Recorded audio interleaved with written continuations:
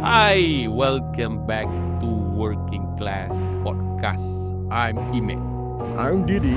I'm Lando. For those that just joined us, Working Class is what Working Class is all about is basically a podcast where we share our stories, our struggles about our working life, our journey, also to answer maybe questions from the public, and things like any struggles, any questions that has to do with your career, regardless, tak kira lah, whether blue collar, white collar, like gig worker dengan dog collar, collar turtleneck pun boleh juga.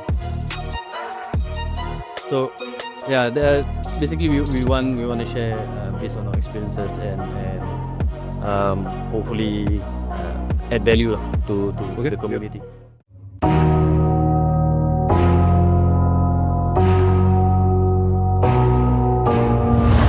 Hey yo, what's up? You gotta listen to this. Yo. Okay, mari dengar sini. From the business city, kita lepak tepi. No tense, no stress, make sense, not mess. Say less, stay blessed, gotta let them handle the rest. Siang malam kita bekerja, tak lupa yang di rumah juga. Hasil demi hasil, gaji masuk bayar bil. So chill, that's the deal. Pengorbanan itu real. Yang baik kita ambil, yang keroh kita spill. Tolak tepi profesi, satu meja kita berkongsi. Ada turun naik, memang wujud sudah pasti. Narfa, running to and fro, keep it flow. Graveyard shifter, keep on hustling, kita go.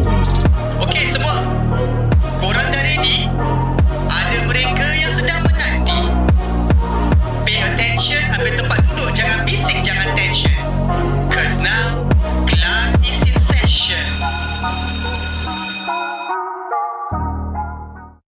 Okay, let's start our second episode. Episode kedua Tuh, aku nak cakap tonton dan perempuan pula.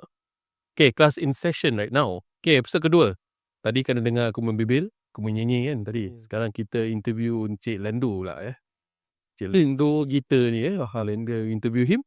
We need to ask him, who is he in the first place? Why do you care? Why do you need to? What is the weightage that you bring to this podcast? Wow, practical self. Okay, let's start off with Lando. Right.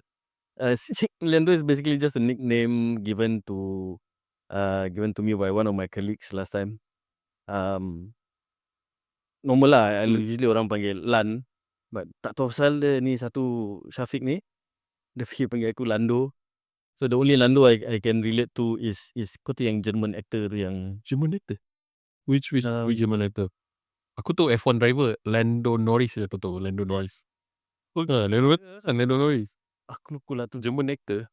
Ya. Aku German actor Yang Nazi punya. tu Arnold Schwarzenegger je. Tak apalah, aku lupa dia punya nama, but yeah, that's the only one that I can relate to. Dolph Lundgren. Dolph Lundgren nak.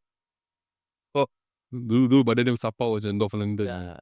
Okay, so basically aku sekarang sama macam kau. I'm in data center industry. I've been in it for about roughly altogether about 20 years. Tapi dia Iman is on the facility side. Aku is more on the server side, server operations. Apa tu server? Apa tu server? Server tu apa? Sebuah komputer dah lama tu kak. Orang yang server serve tu air. Skype lebih kurang sama. Kita serve the data. Okay. But background kira macam-macam kerja dah lah. I mean, I started off, my very first working experience was actually kerja bazar. Bazar pasar malam. Bazar pasar malam. Okay. That was like when I was 16 or something. Itu kira my first exposure to kira customer service. You interact with people, like, that kind of things. And that's where kira aku dapat tahu there's so many names you can call someone. And Lando is one of them. Lando is one of them. But then people call me Dek, Bang, Joe, Jack, Joy, Bro, macam-macam lah. Semua. Padahal aku setakat jual cushion cover. Cushion cover. Okay. That was one thing lah. So part-time here and there. What you call that thing? Tapi bila kau jual cushion cover tu, you're referring to during the bazaar Ramadan. Masa Ramadan Bazaar. aku, I was basically helping out a family friend lah, but I was paid for it lah. So that's my first job ever, first gig lah. First gig kedai kopi pun pernah. Itu betulnya server. So tu server ambil order. Abang nak makan apa? Kopi o, sio tai. Sikit lebih kurang. Right. More or less that. But then when I started, kira dah habis sekolah semua.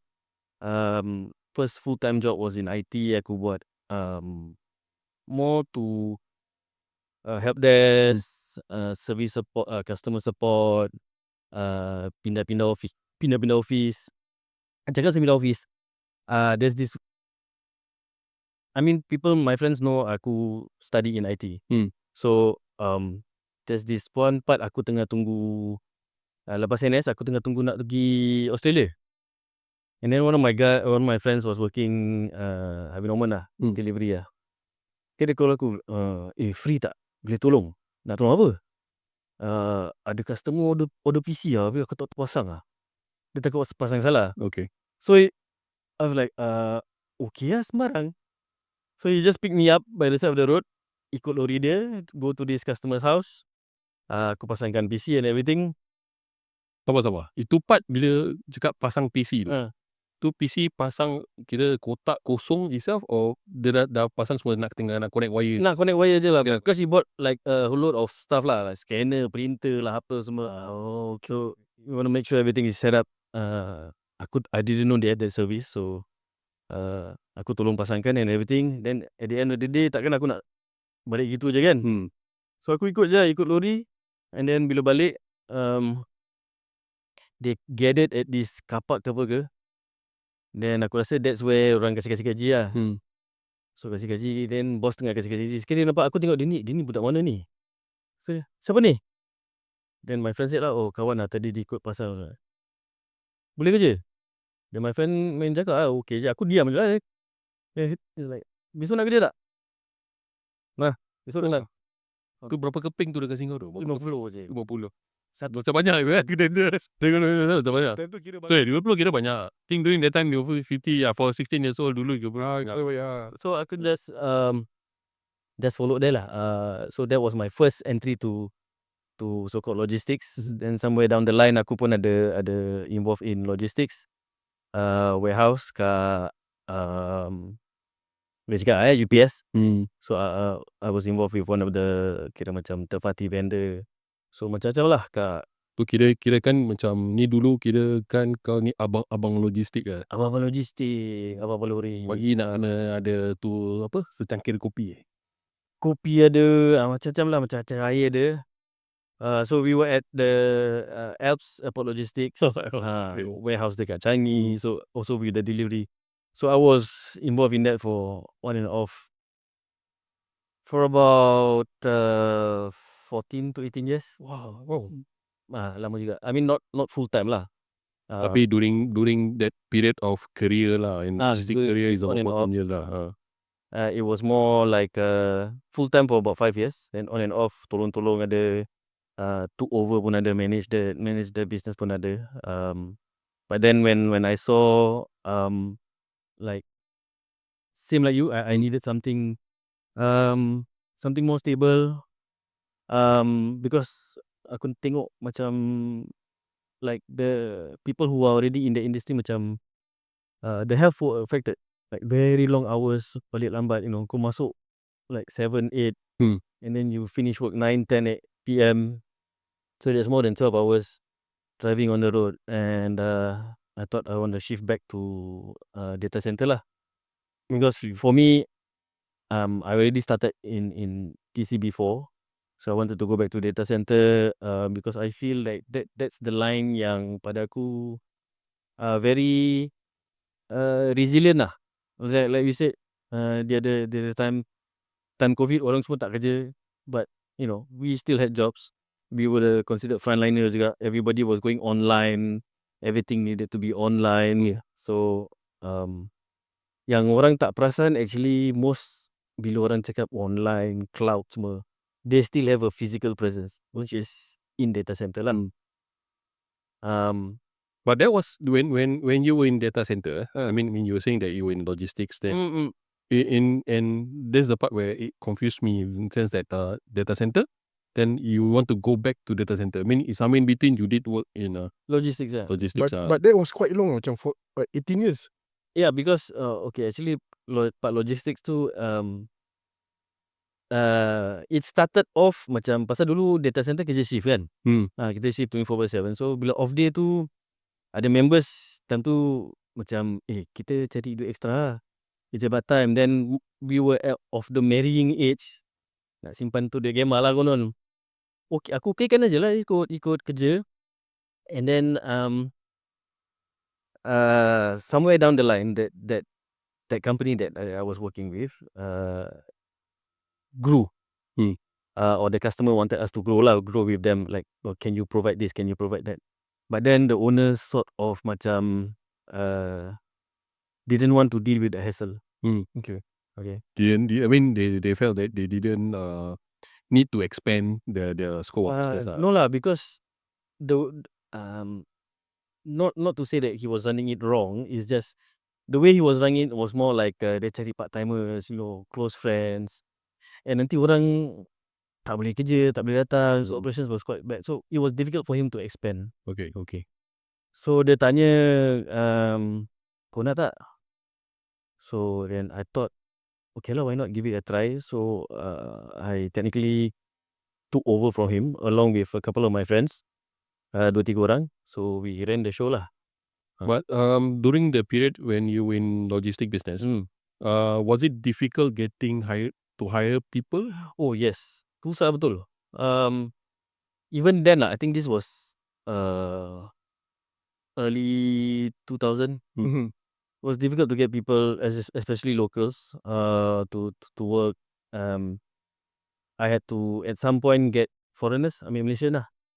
But even then, there's this all the macam technicalities lah. Kau nak kena tahu permit quota berapa.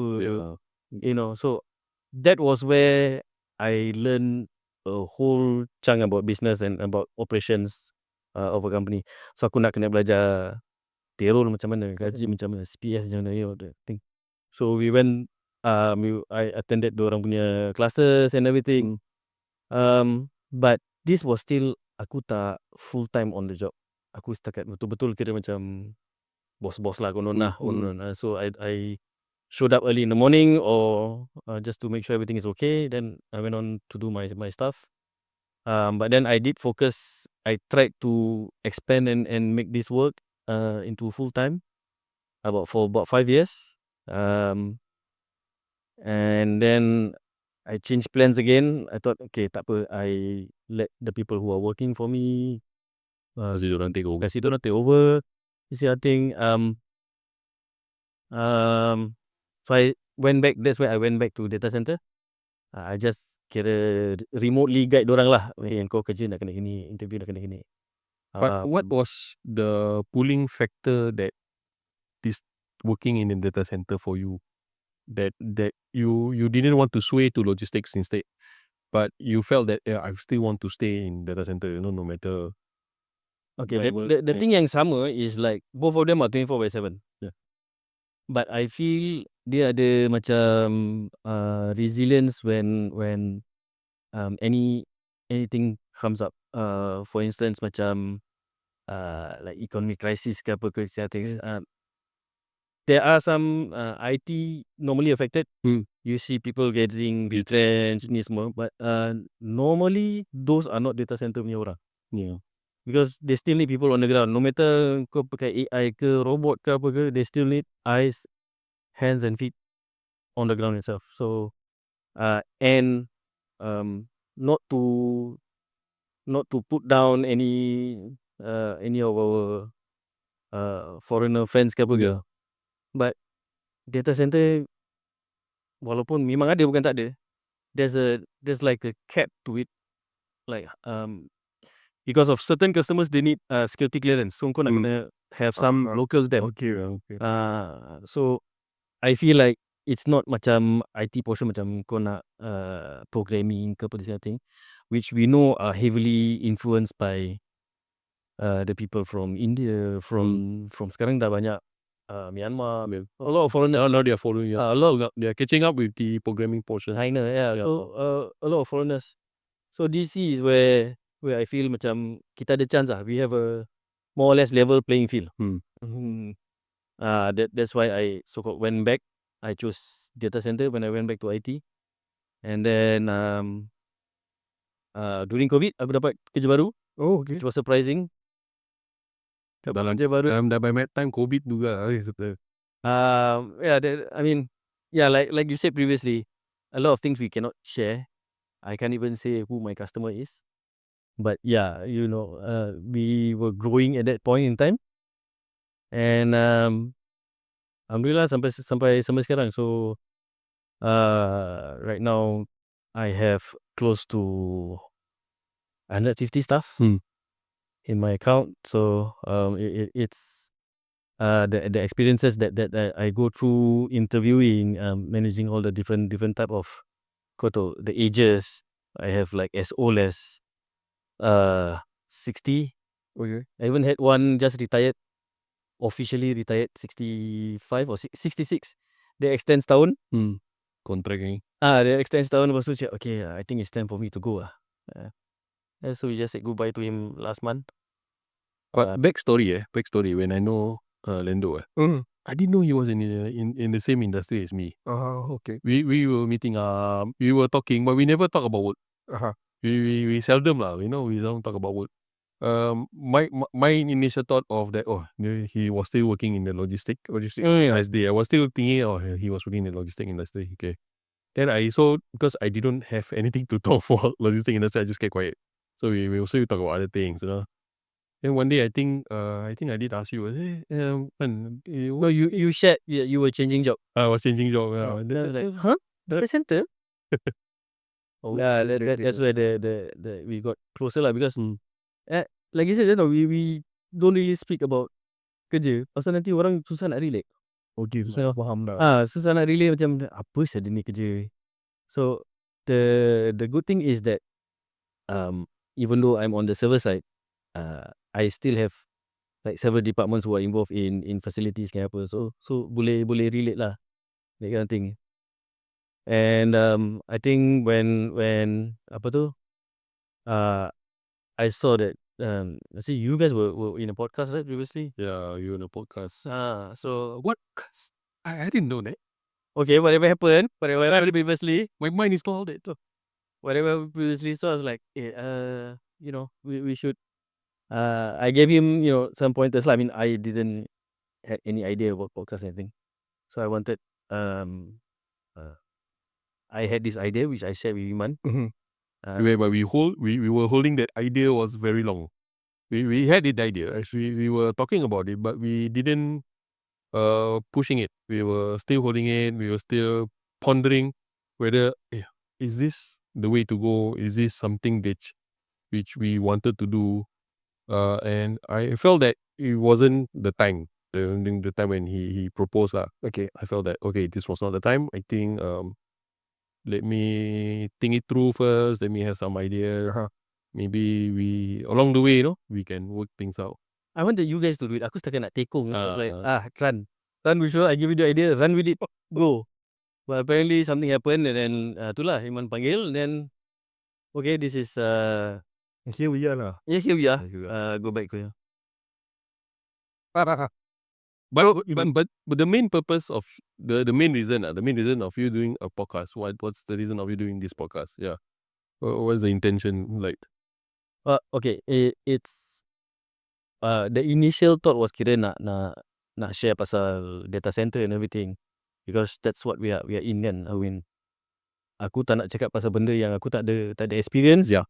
And we don't have any experience, and we don't have any knowledge at all about it. Nanti cakap kosong gitu je. I think there's already lots of podcasts that on the entertainment side. So I wanted to add value. So but this was not kira out of nowhere lah. Because a bit of backstory. So bila I was applying for my first so-called IT job. This was when I came back from Australia. I studied there for about a year. Tak habis lah. Something happened. So I came back and I took quite some time to get a job. Aku interview hantar, and this was during dial-up days lah. Hantar resume, tak ada reply, pergi agency and everything. But then finally got one company said, okay, come down for an interview. So aku pergilah, siap dengan baju smack ke tu, At that time, umur dengan tie. Umur berapa? I was roughly about 20, Jauh tu, jauh. 22, okay. 22 lah. Okay, more than 20 years ago lah kira. Tenang cakap, Okay. more than 20 years ago. So I showed up with my tie yang colour weirdnya. And Awal.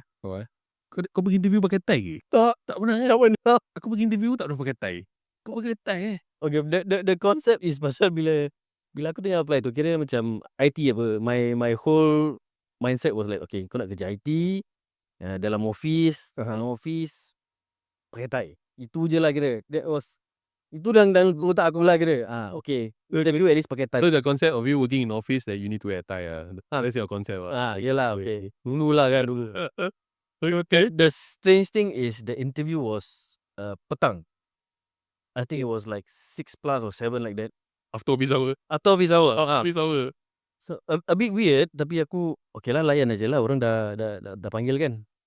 So I went there and then apparently I'm not the only one lah. There's a few people. I was waiting for my turn. And aku nervous gila. Then it's like, okay, keluar. Aku keluar kat tangga tu. Saukuk siap. But the sekejap end up to be like, I think berbatang-batang. Then when I came in, when it's my turn to berbual, standard lah, introduce yourself, tell me about yourself. Aku pun tak ingat apa aku berbual. And he started to ask me technical questions.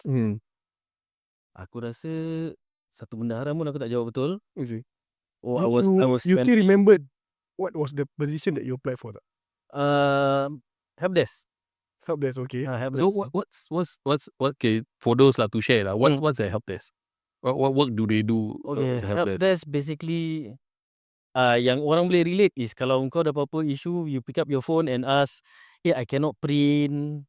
I cannot see my mouse. I cannot log on. I forget my password. Itu semua selalu ke help desk lah. Most companies have an in-house help desk, tapi sekarang usually also outsource. They are not even in the same country juga sekarang. So he asked me questions lah. Aku tak ingat whatever technical questions. Aku pun I was probably stammering. And then like a few minutes in, dia terus alele like put the paper aside. Terus tanya, are you nervous? Aku pun jam sekejap lah. Like, nak tipu ke nak jawab betul-betul? Terus dia said, yes, I'm a bit nervous lah. This is my first interview ni. I was just upfront lah. I decided to be upfront. And then he said, he suddenly just said, suddenly started giving pointers tau. Macam, okay, did you read up about the job description?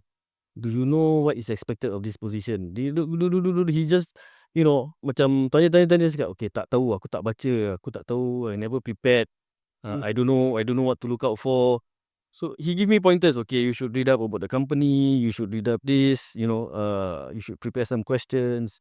You should be prepared some answers. It's a macam try to guess lah. Diorang tanya what kind of question. So aku macam, Tapi macam the thing is that you like say, hey, this one is my first time. First time. tak, actually I was just macam tercengang. I was just going with the flow. Tapi aku macam at the back of my mind is like, ni interview ke kelas je? Aku dah you know like blur sikit lah. So he ended it off with like, okay, it's clear that you're not prepared for this role, you are not qualified for this role. So try to remember what I said and all the best. So, aku pun, dia dah hulur tangan, aku pun salam lah. Salam, terus simpan tu kertas-kertas apa resume semua kan aku dah bawa. Aku keluar terus aku macam tercengang. Apa siul? What just happened? It become like coaching session Instead of like I went to apply for a job, but I feel like I came to class. Okay. So when kita balik, when I was on the bus ride back, aku macam tak boleh terima lah, macam apa sih? Why did you say I'm not qualified gini? So resume aku tu aku keluarkan dari aku punya file ke apa folder tu aku bawa, aku terbalikkan, aku conteng. Like whatever he said, I tried to recall back apa-apa pun dia cakap. And then I use that as a template for my future interviews, Interviews lah. which I feel that have helped me out quite a lot. And along the way, bila aku like slowly get into positions where I am interviewing orang, I try to so-called pay it forward lah. So those that I feel like macam ni aku boleh tolong lah. Some of them, I think some of them when you interview them, you find them struggling with the interview. Yes. Yeah. I find them, I see myself in them like, dia ni struggle macam aku dulu. So like, even if I feel they are not qualified for the job, I say, okay, it is clear that kau tak prepared, you're not fit for this job, but this is what you should do. You know, I give them pointers. Okay, kau punya introduction patut gini. Ya, kau patut read up gini. You should expect question. Datang interview, jangan lupa jangan pakai slipper. Wah, like Datang interview jangan pakai slipper tau. ada yang tak perlu pakai tie. Tak perlu pakai tie. Tie kala-kala lari tie. Abstract tau. Hashtag But Da Vinci aku dah tak tahu tu. Van Gogh. Ni Van Gogh. Tak pakai tie. Yeah, and some, I mean, like I said before, I have like interview stories pelik-pelik punya lah. Orang pakai sleeveless ada. Orang isap rokok during interview pun ada. I mean, this is Zoom lah. You see? Oh, serious lah. Serious. Oh my god. Okay, Okay. it's like near the end of the interview, I can see his face macam kat tepi kan, terus lengkau dengan dia ni isap rokok. Terus, aduh. Pakai singlet pun ada. You know, it was very. But the singlet, those interview singlets are, I mean, those Zoom interviews. But like, I'm referring to those physical interviews where they come down for interviews. I mean, I myself, I seen people come to interview wearing jeans. I'm not against jeans, but it depends on the position as well. Okay, but wearing sandals for interview, no lah. There's something not appropriate, you know. That's a base. Yeah. Baseline, sort of baseline. You know, the worst part, coming interview with a t-shirt. I mean, I say it depends on what role you're looking at. But at least, a polo tee lah, you know. Presentable lah. Presentable, correct. Show us that you want the job. You know, you're coming here to show the job. Like the main thing for me is like you have to give us confidence that if we take you, you are willing to work. So face to face aku mainly for logistics aku pernah face to face. Okay. A lot. This was even aku taruh job ad kat newspaper and everything. Lama so. Tu nak kena cari sikit-sikit tu. Orang licik lah. Habis pakai pen start off. I mean it's also industry based lah. Yeah, industry based. Because it's logistics and then it was not, I don't think I can get that many reach if I do it online. But I still do for like certain positions. But previously some positions I do put it on the paper nanti orang datang show up, you know, for interviews and whatnot. So macam karakter lah aku jumpa. But for IT most of it is online. Pun macam-macam karakter juga. So that's where I feel like rather than, because time is limited during the interview. Okay, yeah. Aku tak boleh coach one-to-one for every single candidate kan. Yeah. So when you guys had this podcast, I was like, might as well lah. Like, I mean, for people who are looking for advice, I feel like this is somewhere where they can tanya ke share, or we can share our experience and maybe they can learn from it. Pasal like you mentioned, it's difficult to share kan. I feel like orang kat kerja, they find it hard to macam aku nak buka kerja, or I'm interested in this field. Because one thing is, even though we are friends at work, we know that at some point kita rival. Yeah. Okay. Like at some point lah, at some level we are still rivals. But then that's why macam aku nak share tapi nanti aku takut kena backstab. You know, that kind of thing. But Takut ni, takut penyakit ain. Penyakit lain. Iya ke? Engkau mana ada? You know, Dia punya inilah, the stigma lah. Stigma. Then for you to share externally, like you said, like orang tak faham. Right? Even though they maybe have more empathy toward us, and they want to help, tapi bila we shared our position ke our situation, diorang macam tak boleh relate and like, kau buat je lah, like no, you don't understand. So is I mean from our vast experience, I mean kita DC and everything, logistics, and then from kau punya experience as well, is I think it's quite varied. I think we can add value for people who are looking to apa lah share, find answers, these kind of things. I mean the information that you want to share with the masses, I think it'll be easier to be spread. I mean also to have a two-way communication, for those who seek assistance, We are not the MOM lah, but we are not MOM, but we can share some friendly advice, helpful advice lah. Not everyone wants to be helped also. That's what I found, because when aku rasa macam dia ni aku boleh tolong, so when I share and then some of them macam Tak terima. dia ni macam tak terima atau like not interested lah. Macam terus like, but I mean Abang Lan ada si Abang Lan Ya Abang Lan mana step Abang Malu Abang Lan ni. at some point aku pernah was questioned before macam, but I don't get the job right. I don't get the job right. Like macam yeah, don't get. Okay. Thank you. Dia terus end the call. Okay lah.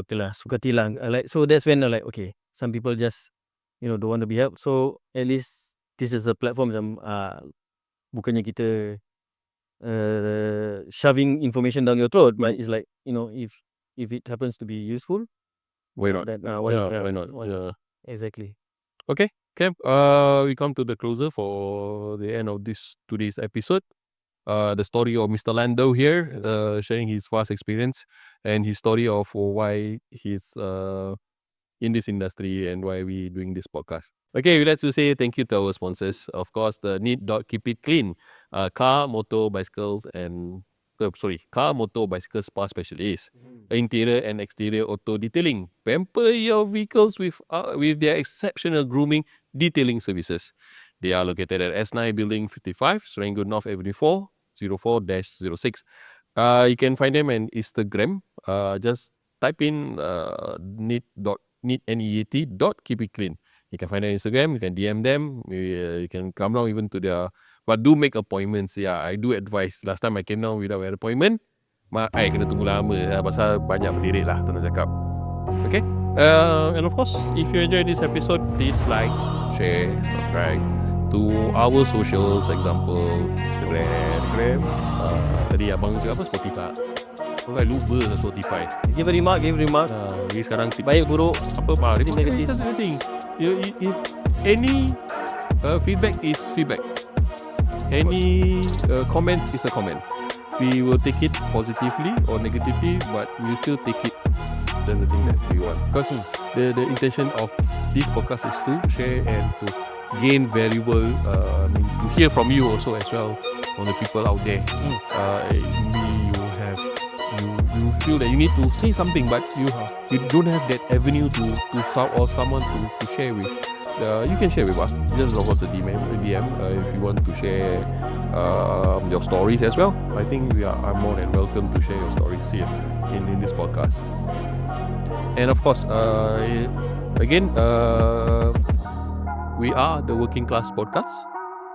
Talking out. Thank you.